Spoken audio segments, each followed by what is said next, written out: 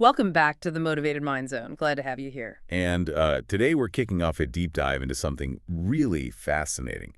I'd almost call it the holy grail of accelerated learning. Okay, the Holy Grail. Sounds intriguing. Well, it's this question that people have wrestled with forever, right? Mm-hmm. How do we speed up learning, make it faster, more efficient? I remember years ago I was quite interested in things like hypnopedia. Ah, yes. Learning in your sleep. The dream. Exactly. The beautiful idea you could just, play a French tape overnight and wake up fluent. Chuckle slightly. If only. Sadly, science wasn't really on board with that one. No, not really. But that core desire, that need to learn faster, that's what leads us to the really, really bold claim we're tackling today. It is. The idea you could achieve conversational fluency in pretty much any new language in just 6 months. 6 months. Wow. That's ambitious, given, the years people usually spend. It definitely sounds audacious, especially when you think about traditional classes, university courses. They often talk years, sometimes decades. So our mission today is to really unpack that. How is that 6-month target even possible? Can we turn this into something actionable for you, the listener? Precisely. It's about moving from a hopeful idea to, let's say, an engineered process. And it's grounded in real experience. Right. This isn't just abstract theory. You mentioned the origin story behind this whole approach is really important. The speaker we're kind of modeling here, they went to China back in 1981. That's right, 1981. And you have to understand the context back then. What was the common thinking about learning trainees for a Westerner? Oh, the accepted wisdom, the dogma you heard from professors, diplomats, everyone, was that Northern Chinese was basically impossible, utterly impenetrable for Westerners. Impossible. Yeah, the standard line was, prepare for 10 years of hard, painful study. And even then, you probably won't really get fluent. It was seen as this insurmountable wall. Okay, so a 10-year sentence, maybe? Pretty much. Yeah. But this individual, by applying specific psychological principles to their learning, they achieved conversational fluency in Northern Chinese in 6 months. 6 months instead of 10 years plus? That's not just faster, that completely shatters the old framework. It absolutely does. So how? What was the method? How did they sidestep all that struggle? The method is crucial, and it's called modeling. Yeah. It's a concept you can actually apply to learning almost anything complex. Modeling. Okay, what does that involve? Well, instead of looking at why people fail, which frankly is what a lot of academic study focuses on, analyzing mistakes and dropout rates. Right. You deliberately find people who are already successful, people who are fluent. And you don't just test them in a lab. You observe them using the language in real, everyday situations. So you watch what works in practice. Exactly. Then you analyze what they're doing, how they're thinking, what principles they're using, maybe even unconsciously. You extract those successful mechanisms, and then you apply them systematically to your own learning. So you're kind of reverse engineering fluency by studying the winners, not the losers. That's a great way to put it. You focus on the effective strategies, not the common pitfalls of, say, just memorizing grammar rules out of context. Which is what trips a lot of people up. It really does. It bypasses years of potentially inefficient study that focuses on learning about the language instead of learning to use it. Makes sense. Now, before we dive into those specific principles, maybe we should just briefly touch on why this matters so much right now. Beyond just, personal enrichment or career goals, why is rapid language learning so critical today? That's a really important point. We're facing huge global challenges, aren't we? Environmental crises, social upheaval, political tensions, even military risks. Yeah, it feels like a very connected but also very fractured world. And if we can't communicate effectively across those linguistic and cultural lines, how can we possibly collaborate to solve these massive shared problems? It becomes almost impossible. It really does. Yeah. So the ability to speak each other's languages, to understand each other directly, it shifts from being a nice-to-have cultural skill to being a fundamental necessity for global cooperation, maybe even survival. Rapid language learning isn't just a personal hack, it's potentially a tool for building bridges. That puts a whole different weight on it. Okay, so if we want to achieve this, where do we start? You mentioned mindset. Challenging impossibility. Yes, that's the absolute foundation. You have to break through the perceived limits. Recognize that most barriers aren't biological. They're psychological or maybe institutional. They're beliefs we hold. Like the classic example, the 4-minute mile, right? The Roger Bannister story. Exactly. In the early 1950s, doctors, scientists, coaches, they genuinely believed the human body couldn't physically withstand running a mile in under 4 minutes. the heart would explode, they thought. A hard physical limit. That was the belief. Then Bannister did it in 1956. And what happened immediately after? Others started doing it too, pretty quickly. Right. The impossible barrier vanished overnight. Huh. The human body hadn't suddenly evolved. The belief system changed. The psychological limit was broken, and the physical performance followed. And we see that in technology too, like flight. 100 years back, the idea of big, heavy metal things flying seemed absurd. Utterly absurd. So how did we figure it out? We looked at nature, we observed birds, we figured out the principles, aerodynamics, lift, thrust. Extracted the rules from something that already worked. Yes. And then we replicated those principles with our own materials and engineering, and we're still doing it. You mentioned a couple of cool modern examples before, like flying cars. Yeah, I mean, they exist now. You can buy one for, what, around $100,000? It's just applying those same aerodynamic principles derived from nature in a new way. And wingsuits, too. That's even more direct modeling. Absolutely. Wingsuit flying is basically humans directly borrowing the mechanics observed in flying squirrels, observing, extracting principles, applying them. The pattern is clear. If something is possible, if a bird flies, an athlete runs fast, a person speaks fluently, then the underlying principles can be found and learned. Correct. And this applies even to skills people think are purely about innate talent, like drawing. Ah, the drawing analogy. This is a good one. Most people say, I can't draw a stick figure. Exactly. The immediate reaction is, I don't have the talent. But there are methods developed by people like Betty Edwards that show pretty much anyone can learn to draw realistically in just 5 days. 5 days. From stick figures to something good. Yes. By focusing on 5 basic perceptual skills. Things like seeing edges, understanding negative space, judging relationships in perspective, perceiving light and shadow, and seeing the whole, the gestalt. So it's not about talent, it's about learning to see differently using specific principles. Precisely. And if drawing, which feels so artistic and talent-based, is actually just applying 5 core principles, then language learning, which is fundamentally a system of sounds, patterns, and some muscle movements, it's definitely teachable. Talent is not the main ingredient. Okay, that sets the stage perfectly for tackling the big myths that hold people back. What's the first major fallacy we need to debunk? Myth number 1, you must have talent. This is probably the most damaging belief. Why damaging? Because it gives people an out. It lets them say, oh, I'm just not good at languages, and they stop trying, or they accept failure as inevitable. It becomes a self-fulfilling prophecy. You mentioned the story of Zoe, the Australian woman. Yes, a really powerful example. Zoe moved to Holland, right? And she really tried to learn Dutch. Went to classes, studied the grammar books, put in the effort using conventional methods. And the result? Complete failure. She just couldn't get it. She struggled so much that eventually her Dutch friends, even her teachers, basically told her, look, Zoe, you're hopeless. You just don't have the language gene. Give up. Wow, that's hard. Devastating for her. She actually got quite depressed because she believed them. Yeah. She internalized this idea that she was fundamentally incapable. But the story didn't end there. No, thankfully. She later encountered the principles we're discussing today. She moved to Brazil, and this time she applied this different framework, focused on the process, the methodology, not on her supposed lack of talent. And in Brazil. Within 6 months, she was speaking Portuguese fluently. 6 months after being told she was hopeless. Exactly. Same person, similar challenge level with the language, but a totally different method. It proved pretty conclusively that the method was the key variable, not innate talent. That's incredible. What a turnaround. Okay, so talent isn't the gatekeeper. What's the second big myth? Myth number 2, immersion alone works.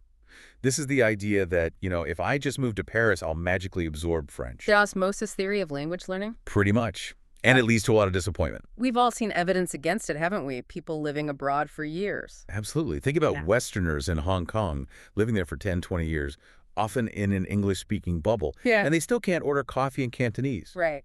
Or the other way around. Exactly.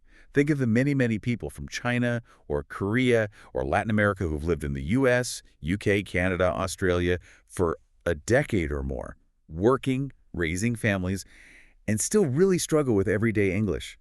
Simple immersion didn't automatically work. Why doesn't it? If you're surrounded by the language 24/7. It comes back to what we call the draining analogy. Okay. If you take someone who can't swim and throw them into the deep end of a pool, what happens? They panic, they flail, they drown. They definitely don't learn to swim. Precisely. And it's the same with language. If you're surrounded by a constant stream of sounds that you don't understand at all, just noise, basically your brain doesn't learn. It gets overwhelmed. It actually starts to filter it out as irrelevant. So just being there isn't enough. The input has to be understandable. Exactly. Learning doesn't happen from just being exposed to the language. Right. It happens when you start decoding the meaning. If it's just incomprehensible noise, your brain treats it like static. No learning occurs. Okay, that makes perfect sense. So if talent is a myth and passive immersion doesn't work, we need the actual strategies. This brings us to the 5 core principles that underpin this rapid learning. What's principle number 1? Principle 1.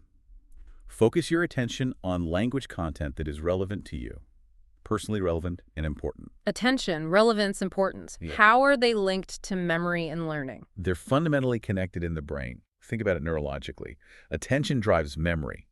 But what drives Is attention... relevance important? Exactly. Let's use the forest analogy. Imagine you're walking through a thick, unfamiliar forest. You glance down, see a little scuff mark on the ground. Barely registers. Low attention, low relevance. Okay.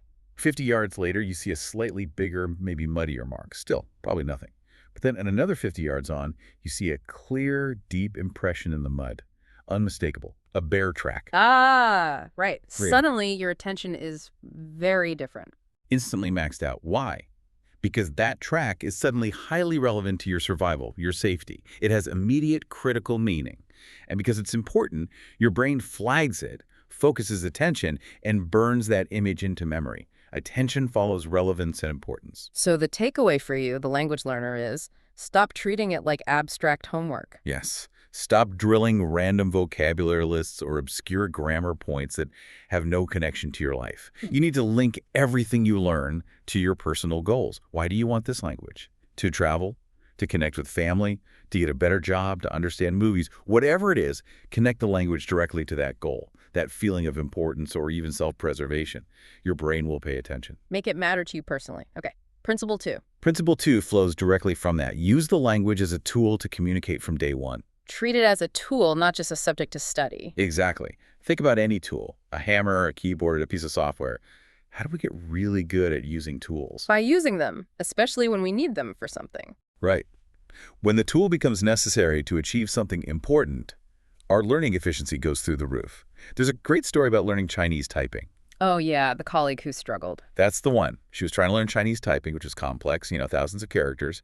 She took evening classes, practiced diligently for 2 hours every single day for 6 months. 6 months of effort. And the result? Almost zero progress. She was frustrated, felt like a failure. Standard academic approach wasn't working for her. But then something changed. Drastically. A crisis hit at work. A major technical manual had to be finished and submitted within 48 hours, and it had to be typed in Chinese. No extensions, critical deadline. Suddenly, that keyboard wasn't just practice anymore. It was the essential tool she needed to save her project, maybe even her job. The necessity kicked in. She basically locked herself away for 48 hours, fueled by adrenaline and pressure, just typing. By the end of those 48 hours, she could type Chinese fluently. Wow. 2 days achieved what 6 months couldn't. Because the need to use the tool, the language input system, for a highly important outcome forced her brain to acquire the skill with incredible speed.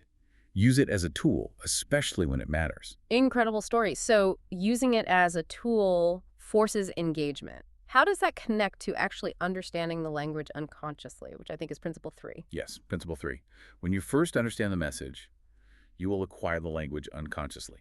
This is the powerhouse concept known as comprehensible input. Comprehensible input. That rings a bell.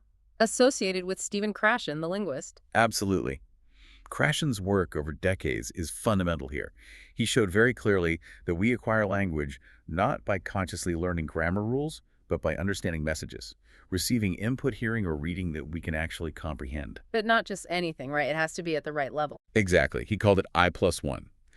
I is your current level of understanding, and +1 is new material that's just slightly beyond that. It's comprehensible, but still contains something new to learn.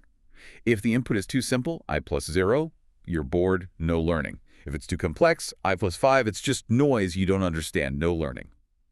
That I+1 sweet spot is key. Finding that sweet spot seems crucial. How did the speaker you mentioned experience this, the overnight train story? Ah, yes.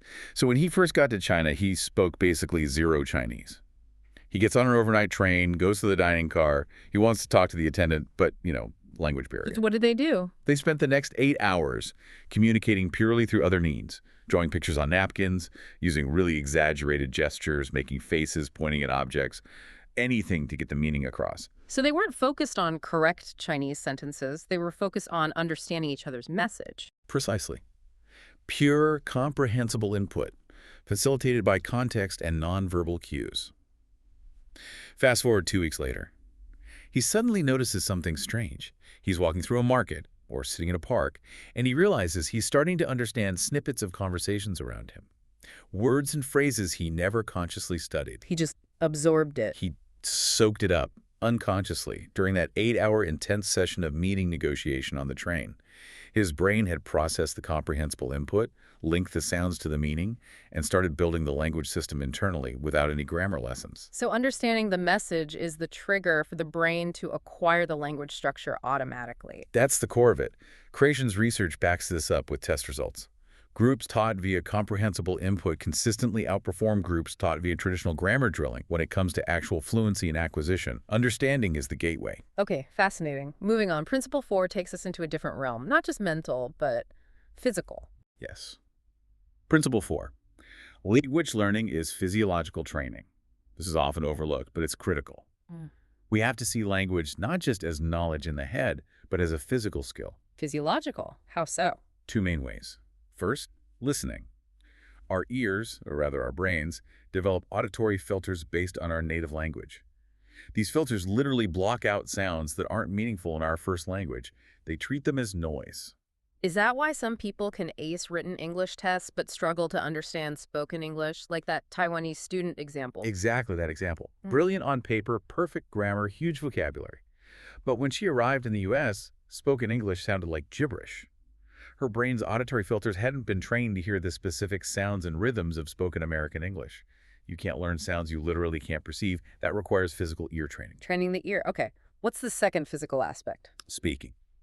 Producing the sounds of a new language requires coordinating, I think it's something like 43 different muscles in your face, throat, tongue, lips. 43 muscles. We don't even think about that in our native language. Because it's automatic, deeply ingrained motor memory.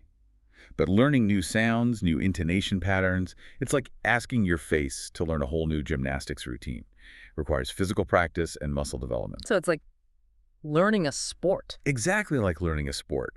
If you suddenly take up tennis, your arm aches the next day, right? You're using muscles in new ways. Same with language. If you practice speaking a new language intensely for an hour and your face actually hurts a bit, afterwards your tongue feels tired. That's a good sign. You're actually working the muscles correctly. You're doing the physiological training required. It's not an intellectual failure. Pronunciation is hard.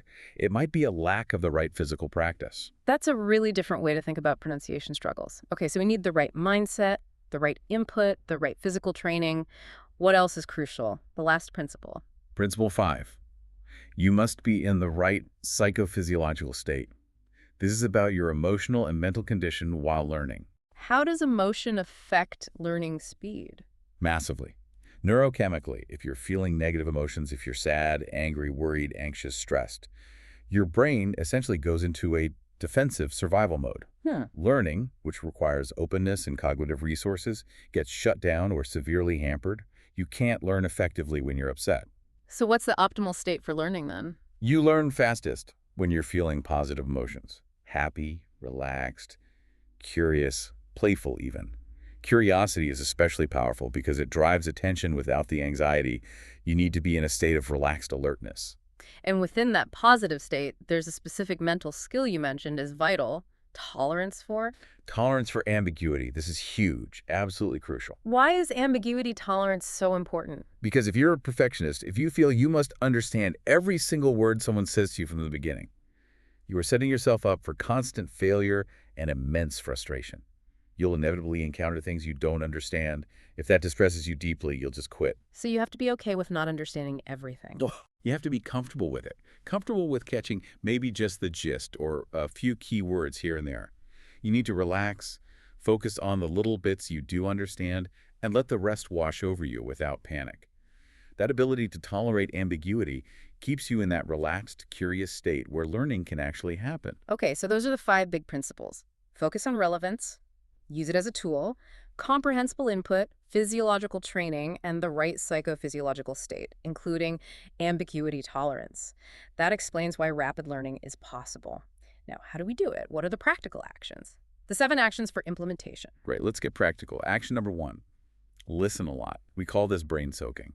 The Chinese term is pao and qinzi, literally soak your brain. Brain soaking. What does that involve? Just listening passively? In the beginning, yes. It's about quantity over quality of understanding initially. You need to immerse your ears in the sounds of the language constantly. Tons of listening. What's the goal if you're not focused on understanding every word? The goal is physiological and subconscious. You're tuning your ear. You're absorbing the rhythm, the melody, the typical pauses, the rise and fall of intonation, the recurring sound patterns. You're getting the feel of the language, letting your brain get used to its acoustic landscape. So like having podcasts or radio on in the background while you do other things. Exactly. While driving, cooking, cleaning, working out. Just flood your brain with the sounds. It prepares your auditory system for the next stage. Which is action number 2. Action 2. Focus on getting the meaning first, even before you get the words. This links straight back to comprehensible input. But how do you get the meaning if you don't know the words yet? You leverage everything else. Primarily body language. Remember, some studies suggest body language, tone, voice, facial expressions can convey, over 90% of the emotional content of a message? You watch people intently, you look at the context, you guess, you infer. Use your detective skills. Exactly. And you also look for patterns you might already know, even unconsciously. Like connections between languages. Yes. For example, if you speak Mandarin or Cantonese and you go to Vietnam, you'll find a surprising amount of vocabulary. Maybe 60% of basic daily words. Sounds familiar because Vietnamese borrowed heavily from Chinese dialects. You use every available clue, context, gesture, cognates to figure out the message first. That makes the input comprehensible. Okay, so listen a lot, then focus on meaning.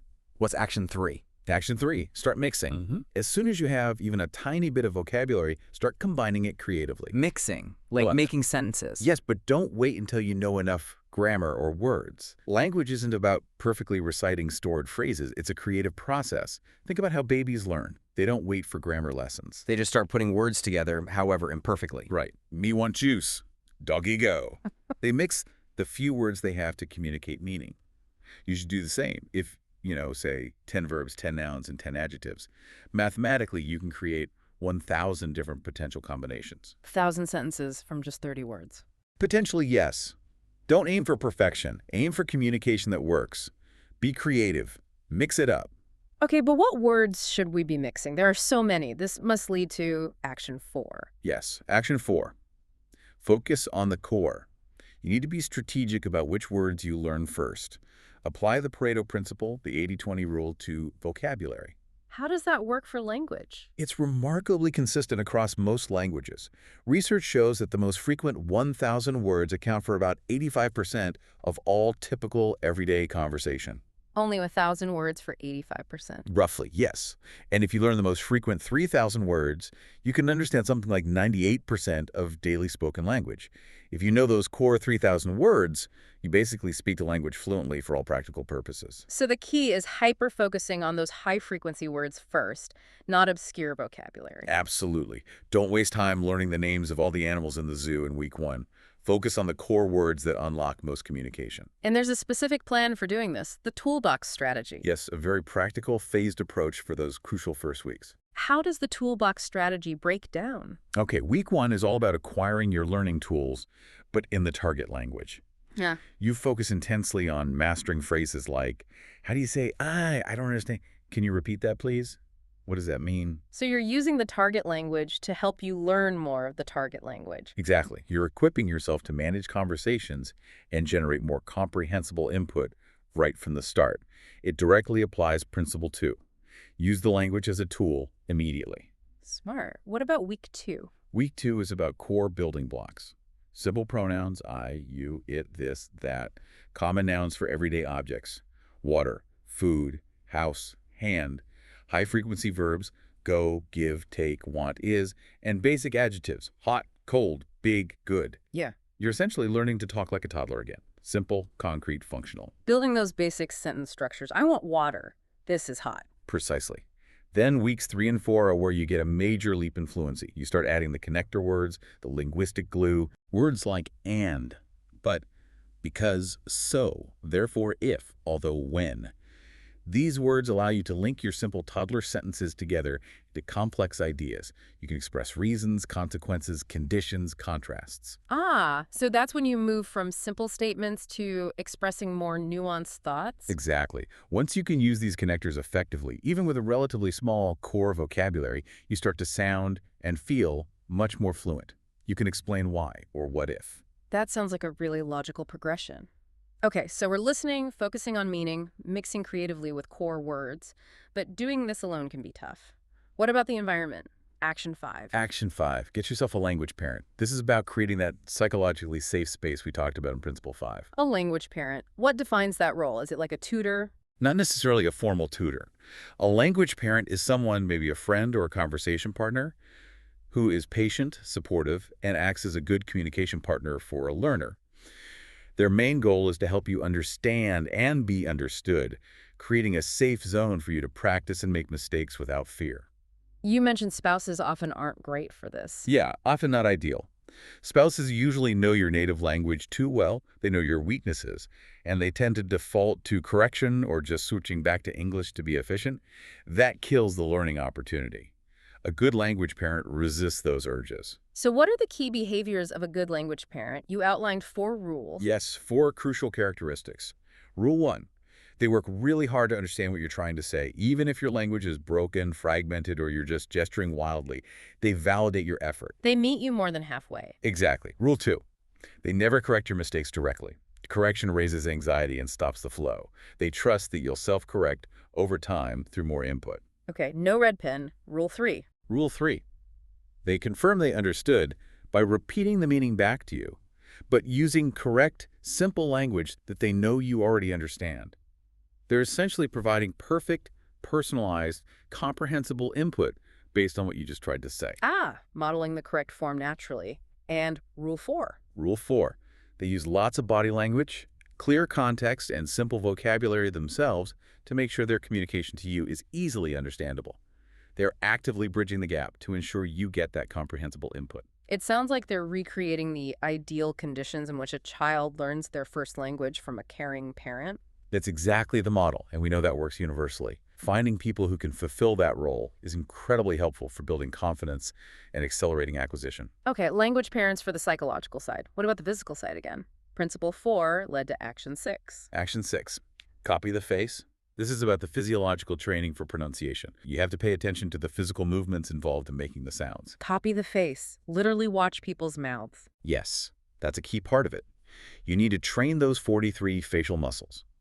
If your native language doesn't have, say, certain vowel sounds or rolled R's or clicks, your muscles simply don't know how to make them yet. So how do you practice this? 2 main ways. One is auditory focus. Listen very carefully to a sound, then try to replicate it, paying attention to the feeling in your mouth, throat, and nose. Where does the tongue go? What shape are the lips? You build motor memory. Feel the sound. Right. The other way, which can be very effective, is visual. Watch native speakers talk, either in person or on video. Observe their mouth movements, their jaw, their tongue position, when they make specific sounds you struggle with. You can absorb a lot subconsciously just by watching. So if you can't get the sound, watch how a native speaker places their tongue between their teeth. Exactly. Or for those tricky nasal sounds in English, like in sing, zong, king. Mm-hmm. Many learners need specific practice to get that tongue position right at the back of the mouth. You might need to isolate those sounds and practice them until your face feels tired. That's the workout. Physical practice for pronunciation. Got it. And finally, Action 7. This one tackles a common inefficiency. Yes, Action 7. Direct linkage. This is about connecting the new language sounds directly to meaning, bypassing your native language as much as possible. Avoid mental translation. Why is translation inefficient? Like when we use flashcards with English on one side and French on the other. That kind of rote memorization fire equals le feu equals fire, creates an extra step in your brain. Every time you hear le feu, your brain goes, okay, le feu. That means fire in English. Okay, I know what fire is. It's slow, conscious, and requires constant effort. It prevents automaticity. So how do we create that direct link instead? You need to connect the new sound of food directly to your internal concept of fire. We call it the same box, different exit idea. Same box, different exit. Think of your internal understanding of fire as a mental box. It contains all your experiences and knowledge. The image of flames, the feeling of heat, the smell of smoke, the sound of crackling, the danger, the warmth, everything. Your native word fire is one exit label on that box. The goal is to stick the new label, le feu, directly onto that same box, creating a second exit. So when you hear le feu, you instantly access that whole sensory concept of fire without going through the English word fire first. Exactly. You associate the new sound directly with the internal reality. This takes conscious effort at first, deliberately picturing flames or feeling heat when you hear or say the new word. But over time, that link becomes direct and unconscious. That direct connection is fluency, isn't it? Thinking Mhm. directly in the language. It's the foundation of it, yes. Moving from slow translation to instant, direct comprehension and expression. Okay, amazing. So let's just quickly pull this all together. We've covered the 5 principles why this rapid learning is even possible. Things like focusing on relevance, using it as a tool, comprehensible input, physical training, and the right mindset. These dismantle those old limiting beliefs. Right. They explain the underlying mechanics of acquisition. And then we have the 7 actions, the what to do. Listen lots, brain soak, get meaning first, mix creatively, focus on the core words with the toolbox strategy, find language parents, copy the face for pronunciation, and build those direct links to meaning. It's a comprehensive toolkit, and the really empowering message here for you listening seems to be that this isn't magic. It's not about luck or genes. Achieving fluency, even in 6 months, it's fundamentally within your control if you apply these principles and actions consistently. Absolutely. The learner's in the driver's seat. Mhm. It requires effort, yes, but it's directed, efficient effort based on how learning actually works. Fantastic. Now, as we wrap up, you usually leave us with a final provocative thought to chew on. What have you got for us today, building on this? Well, here's something to consider. We've spent this time talking about language acquisition and realized it's perhaps much less about academic study and grammar rules and vocab lists, and much more about physiological training for your ears and face, combined with managing your emotional state and getting the right kind of input. Yeah, shifting it from purely intellectual to something more embodied and psychological. Exactly. So the provocative question is this. What other skills or areas of learning in your life are you currently approaching purely as academic subjects? Things maybe like learning a musical instrument or coding, or even getting better at a sport or public speaking. Are you perhaps hindering your own progress by treating them as abstract knowledge to be memorized, when maybe they would accelerate much faster if you approach them as embodied physiological and emotional experiences, applying some of these same principles? Think about where else you could shift from studying about to physiologically doing.